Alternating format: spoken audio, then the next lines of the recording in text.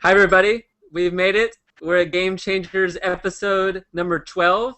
I'm honored to be here tonight with Dr. Ellis Jones. He's the co-founder of Better World Shopping Guide. It's a book, it's a website, it's an application on your iPhone. We're excited to talk about it. He's also a professor, PhD in sociology. So we're excited to pick his brain and hit the ground running. Welcome. Thank you. It's a pleasure to be here. Um, just to kind of shout out, we're here broadcasting from the Punch Rock offices in Washington, D.C. It's an incubator. They've got punching gloves if you want to get your fight out and start up something good for the world. And if you have any questions for Dr. Ellis Jones, please tweet at Blended Profit #GameChangers, and we'll field your questions maybe towards the end of the 40 minutes that we have him here with us.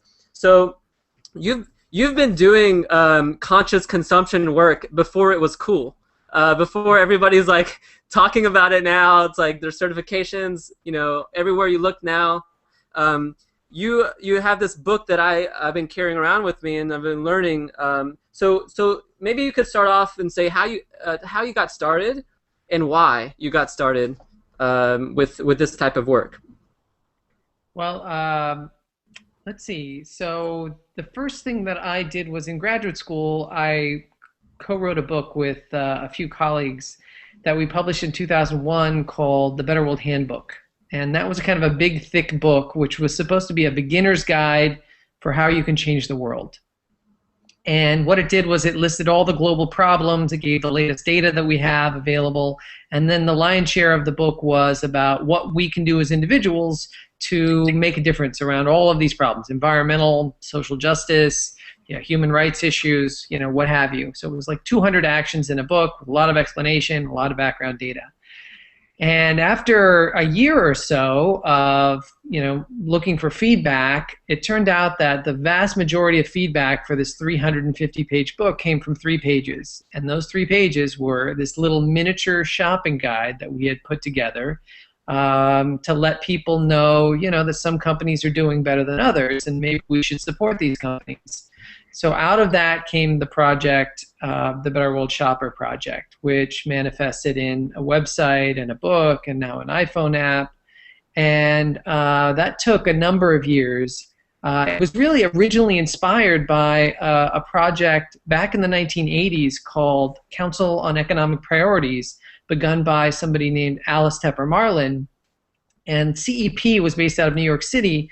And what it did was it actually had a one-on-one relationship with the vast majority of nameable companies in which it surveyed them for data and then took all of this data and it put it into a kind of format for shoppers. They were called Shopping for a Better World, these guides. They came out originally in the late 80s and all the way up to 2000 before it went under. Well, my first shopping guide, the Better World Shopping Guide, came out in 2006. And in some ways was a continuation, an inspiration, and an evolution of their work. So what I tried to do with the shopping guide and with this project, and what I continue to try to do, is for the consumer, take every piece of publicly available data that we have and put it into a single database so that we can figure out as consumers really who are the good guys and who are the bad guys. And that is not just around the environment, which has always been arguably the most popular of all the issues, but also issues of human rights, social justice issues, community involvement, and animal protection, and kind of roll it into one ball. As it turns out, I was doing this fairly early, although not as early as the late 80s. But it turns out that this is literally a movement around the world, and there is more or less agreement on what the issues are.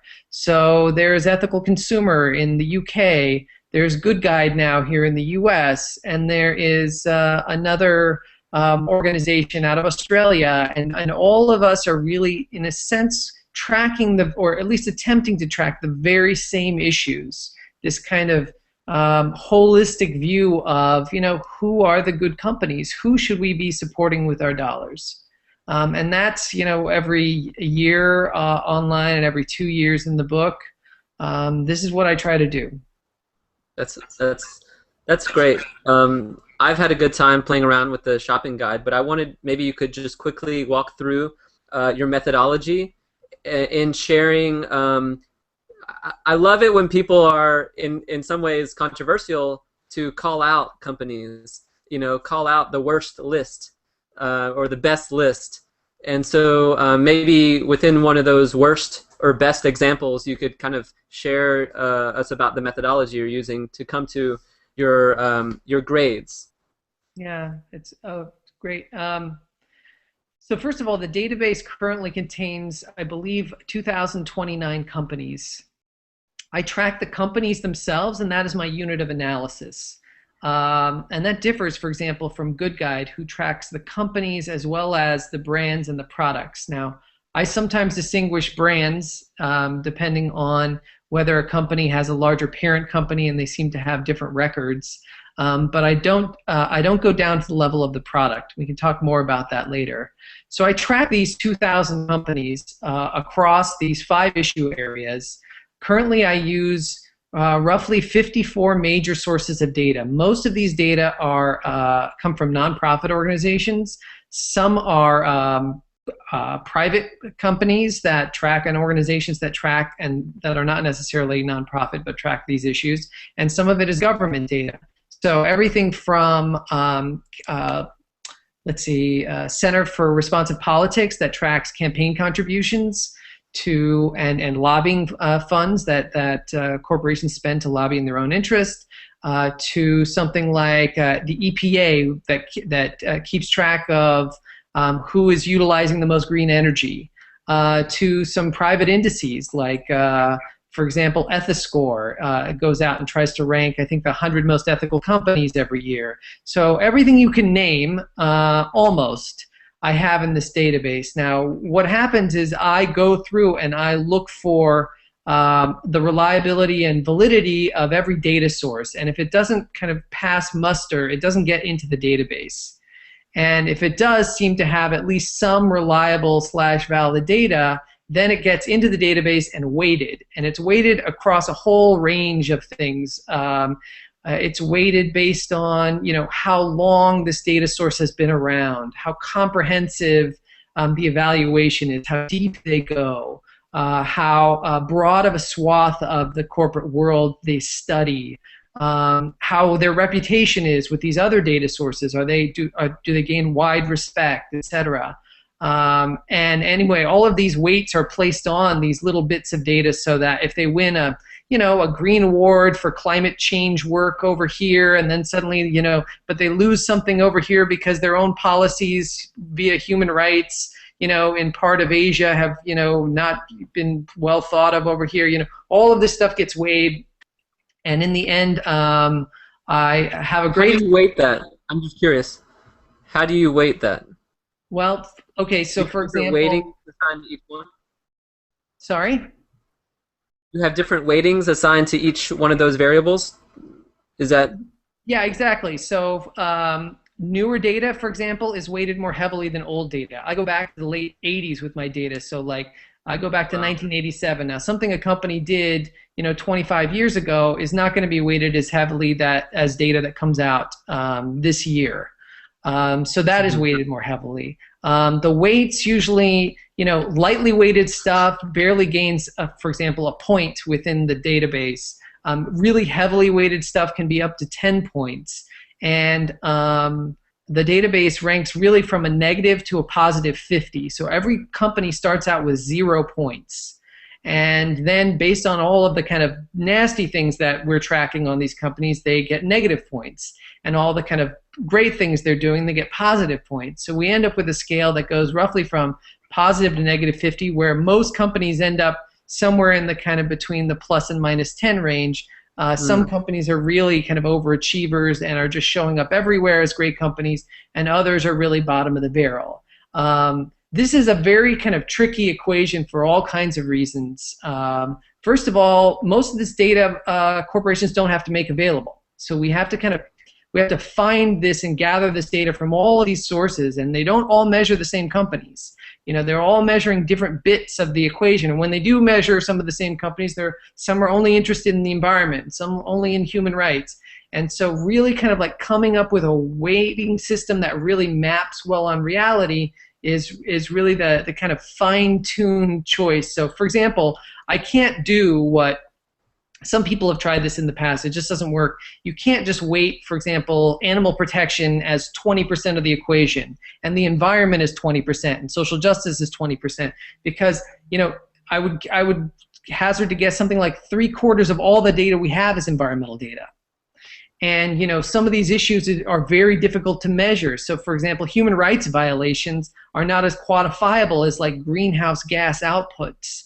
So all of this has to be taken into account. So every single data stream has to be kind of measured and considered with this in mind. So like another thing that people should know, something like 2/3 of all the data out there on companies that's publicly available. And by the way, this is two kind of strict rules I have for my system. One is I don't take data from companies at all. I never take data directly from companies. It can't be trusted. Secondly, I make sure that any piece of data that I get is publicly available so it can be transparent. So if I have a piece of data on a company, you can find that piece of data. Like anyone can find that piece of data if you're either pointed in the right direction or dig deep enough. You're all able to find the direction. So there's the data. So there's no wall between the consumer and the actual data. And so what we end up with as the kind of general map of what the corporate world looks like when we're tracking these ethical issues, about 2/3 of all of the data that's available is this kind of positive data that's just like, oh, you win an award and you're 100 most ethical company, and so this guy over here, he's part of the 100 world's most sustainable companies, and we have a list over here that's the world's most wonderful companies, right? This is like 2/3 of the data. Here's what nobody wants to say: the world's most awful companies, the world's most evil companies, the world's most terrible companies. The same people that have the original list of the world's most ethical, they have the list for the world's least ethical. I mean, but they will not publish it. Right? They just won't let it go. They won't put it out there. So that data is very difficult to find. About 1/4 of the data is data that rates it from kind of best to worst. So you can get a sense of, like, let's say Human Rights Campaign, their equality index. You can get a sense of like who the bad guys are, who the people are that are like not weighing rights equally for their own employees. And then you can also tell who the good guys are, because then they'll tell you like which ones are the ones that have really been for years really fighting for their employees' kind of rights and benefits and so forth across issues of same-sex partner benefits, for example. And outside big oil, who are the big ones that you just time after time again you're like, I boycott them? Like, I know people have things against Walmart. I see them on stage at the Clinton Global Initiative. I'm confused.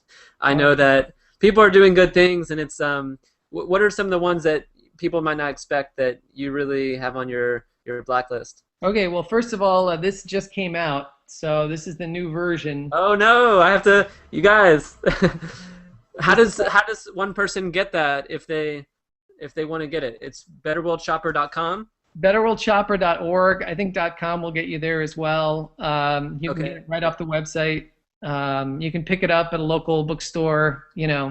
Those are better. Amazon gets a D-, so I would avoid Amazon if you could. So the 20 worst list. Well, that's a good one. Why Amazon? Why D-? Didn't they just purchase Zappos, which is like stellar? Zappos is stellar. Oh yes. No, Amazon. Off the top of my head, I cannot tell you all of the bad things that Amazon is doing, but anyone that you want to take is fun. Okay, so let's start with the top 3. So the top 3, and by the way, these have been the top 3 for the last 4 to 6 years. What is this, 2012? So it's been 6 years since the first edition came out.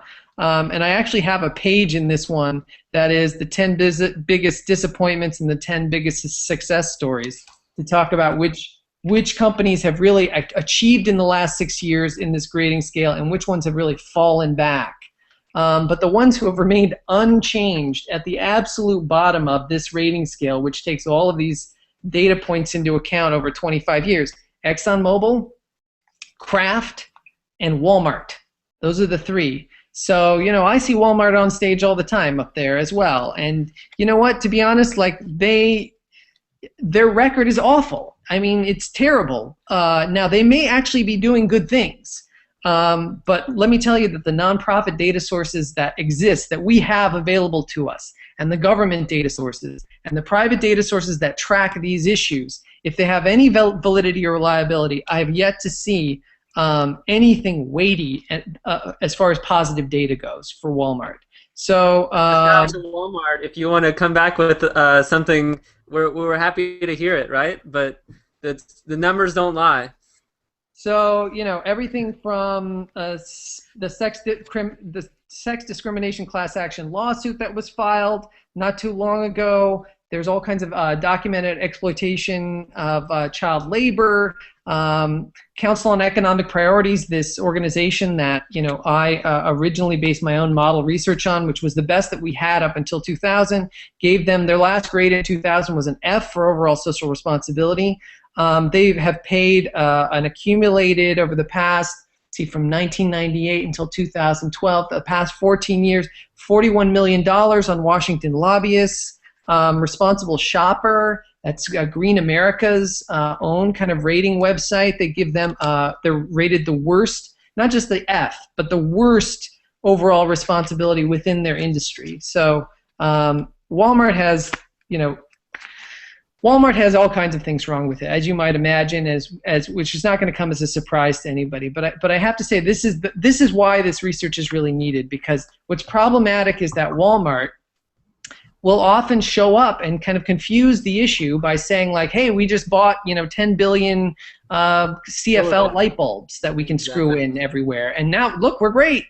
And you know, I have to say the CFL light bulbs, that's wonderful, and they're making many commitments, which is wonderful to make those commitments. The bottom line, though, is, and this is another thing that I'm a stickler for with my own data, is I don't measure commitment. I don't measure intention. It's like, yeah, you know, I intend to see a sunrise every morning, but I don't get up that early. Or I intend in 5 years to be a millionaire, but that's not going to happen.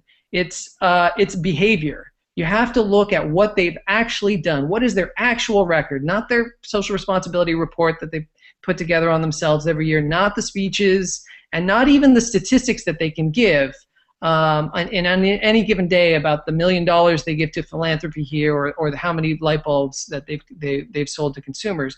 But the data on the ground from all of these publicly available data sources points in the exact opposite direction. Yeah. So you're using third-party data that's backward-looking, and you're coming to this conclusion. Whereas you can make the numbers look good. If you have 50 numbers and one of them looks really good, and you use that number in your press release and your speeches, I mean, it's missing half the story. Let's switch gears. Oh, go ahead. I was just going to say, what I always tell people is, whenever you get lost in this world of corporate responsibility, I want you to think about politics. I want you to think about our democracy, because it functions exactly the same way. So think of corporations like politicians. Now, politicians, we know, make all kinds of promises, and they look good every 4 years when you have to vote for them. And then the problem is when they're in office, they often can't follow through with all the good things that they've promised people. And yet when you look for alternatives, you have trouble finding alternatives, and some others make promises. So it's very tricky. And yet the one thing that all of the politicians need, no matter what, no matter how many millions the super PACs spend on advertising to sway the election one way or the other, they all need your vote.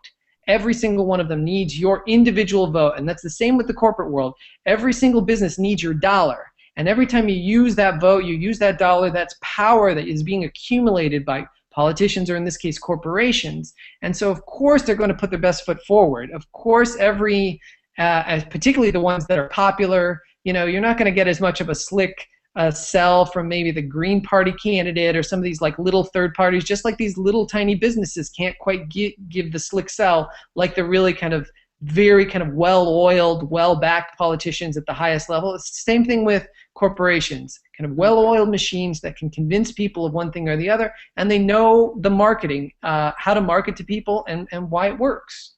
Mm-hmm, mm-hmm, mm-hmm. Yeah, I heard this the other day, there's no such thing with business without impact, but what kind of impact are we talking about? Well, this is the thing. I mean, like, this is what impresses me about the work that you're doing and talking about slowing down and having this conversation with business.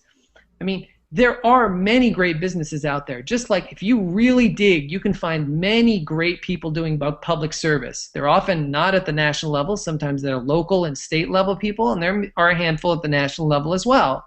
But you have to know the difference. You have to figure out a way to find the difference. And we're starting to get that a little bit in the political realm with things like PolitiFact, measuring how much people tell the truth or lie, organizations like Center for Responsive Politics that track money. We're starting to get a little bit of traction there, and the same is true for the economic realm. We're starting to figure out like which companies are really actually promoting social justice, promoting the environment, doing right by people and the planet and their workers. We're actually getting a sense of that, and now we need to step up.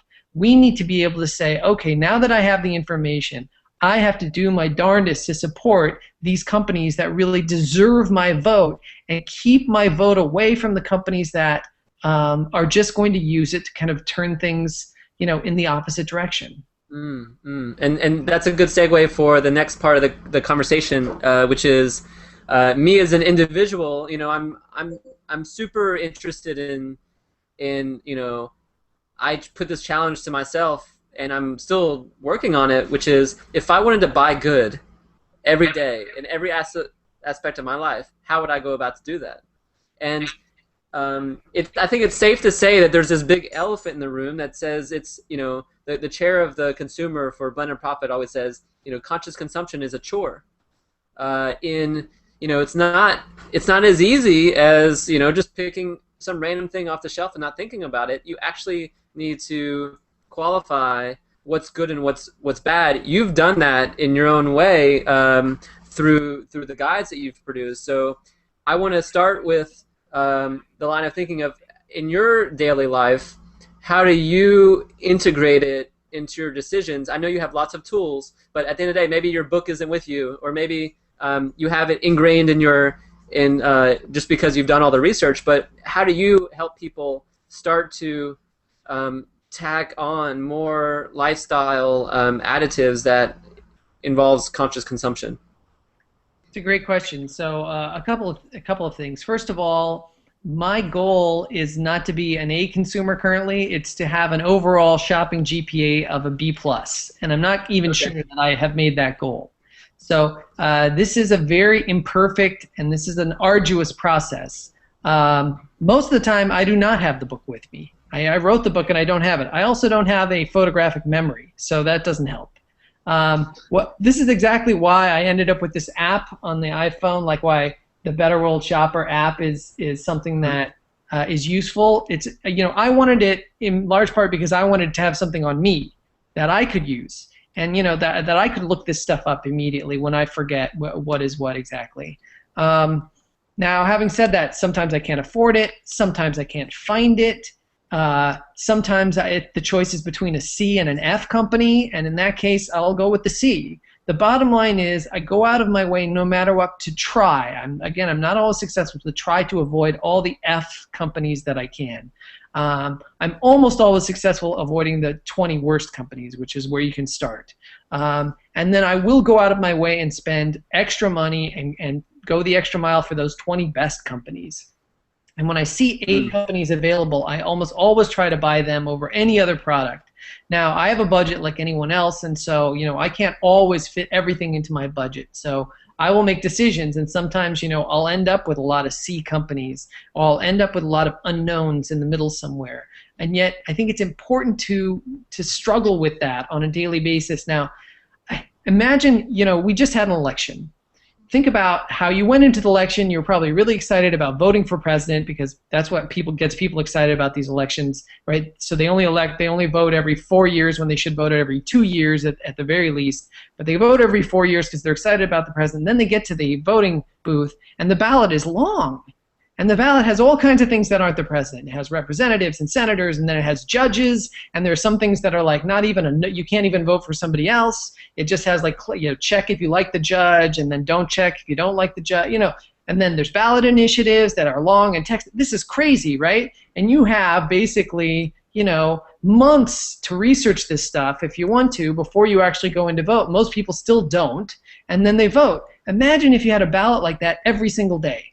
that you had to figure out and fill out, what a pain that would be. That's shopping.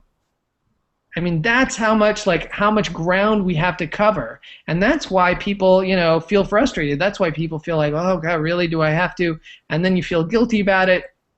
I mean, we should just be doing the best we can. I've been working on this, literally for over a decade. This is what I research, this is what I publish on, and I struggle with this on a daily basis. And it's important. It's important to be a part of that struggle, and it's important to know that there are businesses on the other end, particularly those little small green businesses, the businesses that are like really, their whole kind of purpose is the social responsibility. They use those dollars and they need those dollars more than anyone.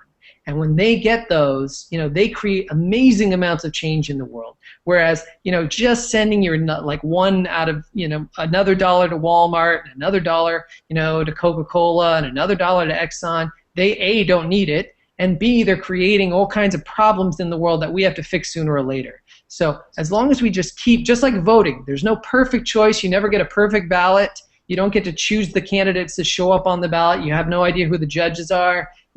You still have to vote, and it's still important to vote, and everybody's going to vote a little bit differently, and yet we still kind of get through it day to day, and we get kind of smarter at it and a little better at it, and the information comes a little bit easier. That's you're revving me up. I'm starting to get my spiel, which is if we don't buy these products for the companies that are doing it, in a grade A versus a grade F. If we don't buy the grade A products, these companies will fail. Yeah, exactly. And they're probably, making less money per unit because they're doing this extra work to make sure that they're treating their employees well, and that they're, they're not outsourcing, and they're sourcing their products sustainably. But if we're indifferent, then the same status quo is what will continue. So thinking like big picture. Taking a big step back is what I'd like to do. Is our tagline at Blend and Profit is let's grow the good economy. And I guess the question I would pose to you is, where are we? Where are we going? And what are some of the things that that you see that could be catalyst to make it grow faster in terms of business for good? Well, a couple of things. I think we're still in the early days of this. The nice thing, though, is that these choices keep expanding. These little businesses keep popping up, and you know what? They really shouldn't. It's not just that they're on an uneven playing field with these big corporations that make all this profit, and they're not going to make as much profit because they're paying their workers and they're being environmental, but the whole system is set up against them. They should not exist at all. The fact that they exist at all is amazing. And so when you're supporting them, you are doing, you're creating hope in the world. It's a little bit like, I don't know if you follow Kickstarter. I started following Kickstarter a few months ago, and it was amazing when I saw some of these things funded, like Yukio art cartoons with this guy who's doing wood prints in Japan, and that art was going to die out because it's like 500 years old, and now he's like making and it saved his whole kind of job. And then there's these crazy indie video game makers, and then no one's going to fund them, and suddenly they have $9 million, and there's some guy and he's like really nerdy, and he made this old nerdy game that nobody remembers from the early 1980s, and suddenly like this funding is coming, and he's funded at like 9,000%. And I want people to like start wrapping their head around that, because that's exactly what is happening in the green business world as well. We just don't see it because we can't track it like we have a Kickstarter. We get a little bit of that with NPR when they do their fund drives, and you know that NPR needs that money, and you kind of send it in a little bit, although it's a pain that they keep asking, and pretty soon you have this like great news source and this programming that shouldn't exist but does. And it's the exact same way with green business. Everything is stacked against them. Absolutely everything. They're all kind of heroes. They're all people like out there really fighting the good fight. And all they need from us is a little bit of commitment on any given day. Just a little bit of commitment to sustain them through the next cycle, to allow them to kind of grow and expand. And many of them, go on to do, amazing things and become larger companies. I mean, Cliff Bar, Chipotle. I mean, some of these are big names now, and many of them started out, fairly small, and now they have like a very significant commitment in industries which are driving, 100 miles an hour in the other direction. Fast food and the kind of general supermarket diet and nutrition industry. Like they're going exact opposite direction. Here are some companies that are out there like really trying to fight for these things that we value. Everything from fair trade to organic to respecting people's human rights to paying workers a fair wage. So what we need now, if we can look down the road, say 10, 15, 20 years from now, what we really need is we need to come up with a consistent message. The one kind of bone I have to pick in these early Wild West days is that the systems that we have come up with are not all on the same page. So even between Ethical Consumer in the UK, my own system with Better World Shopper, and Good Guide's system, if you look at all three systems, there is some overlap, but there is a lot of disconnect. And we really need to be able to communicate kind of in a very thoughtful and somewhat simple, transparent way to consumers. Who are the good guides, or so the good guys? Who are the ones that we're not really sure about, and which ones should we avoid at all costs? And by getting that message down, I really think we can mobilize consumers so that they are no longer kind of falling prey to incredibly sophisticated PR campaigns, advertising, et cetera, et cetera. That's a good segue to a question I have from the audience, Stuart Murphy, who asks, there is a lot of media pushing out things at you constantly, even on iPhone applications.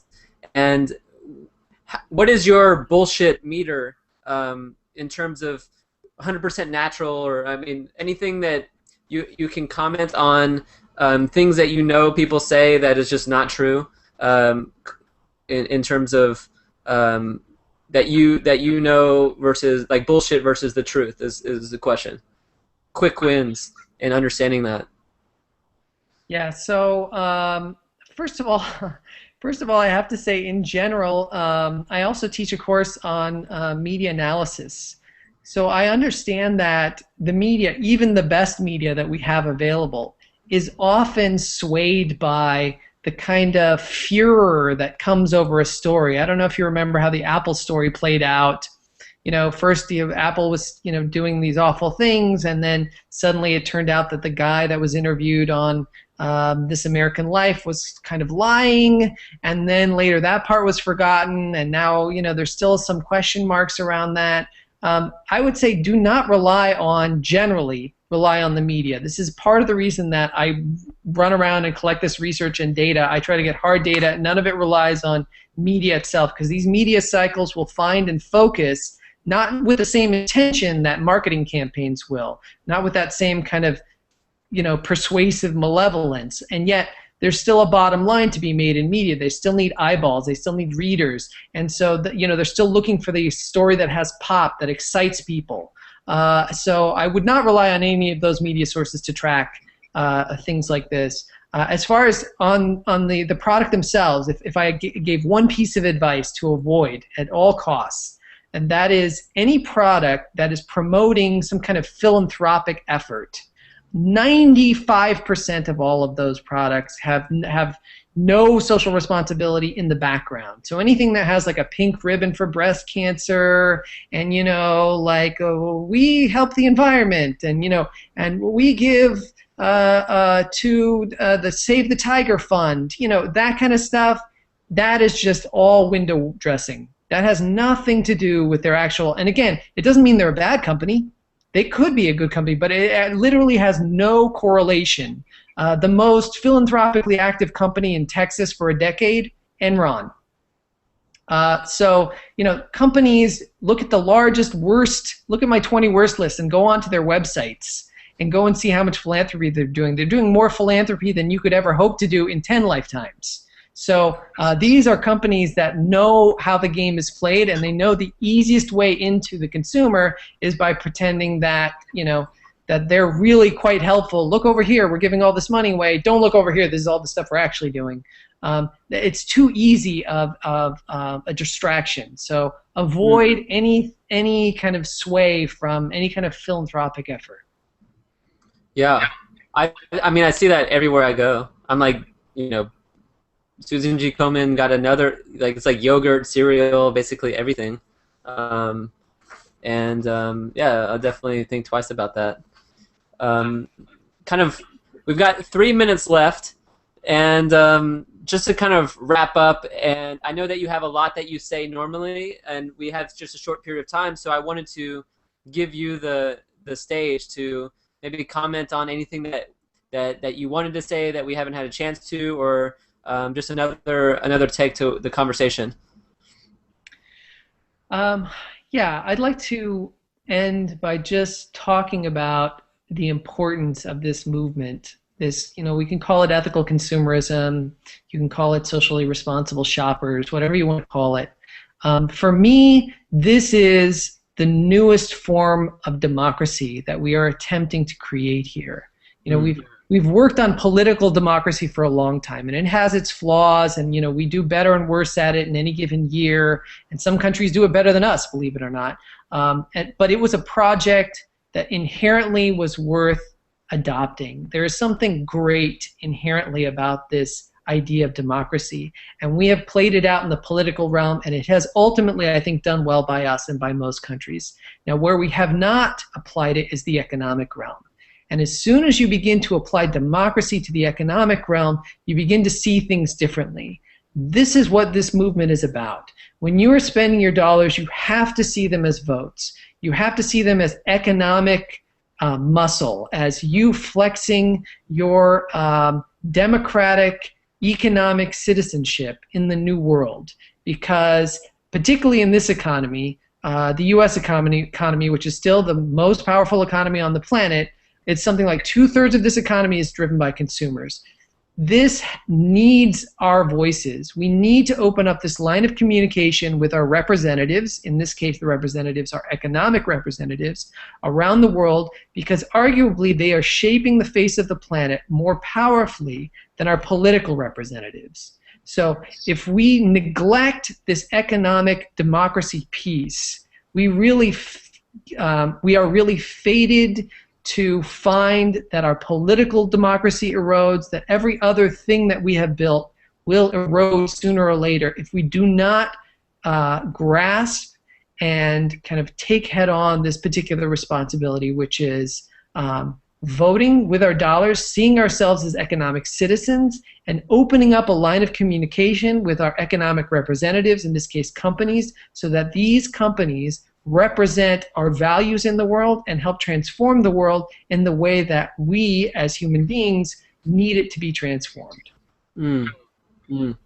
That's incredible. I mean, I until today I haven't really thought of conscious consumption as the new democracy, and now that I think about it, companies in dollars and cents, if you look at the balance sheets of the companies in the United States, it's many times larger than the United States government. And so in some ways what we're up against is a democracy 2.0, or like a democracy squared of a much bigger 400-pound gorilla that we have to kind of wrestle into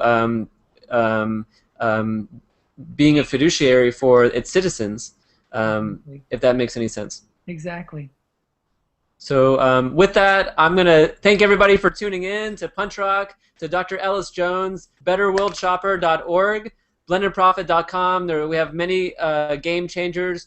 Next week we have the co-founder of B Corporation. We're super excited about that, and looking forward to keeping the conversation going. Thanks again. It's been a pleasure.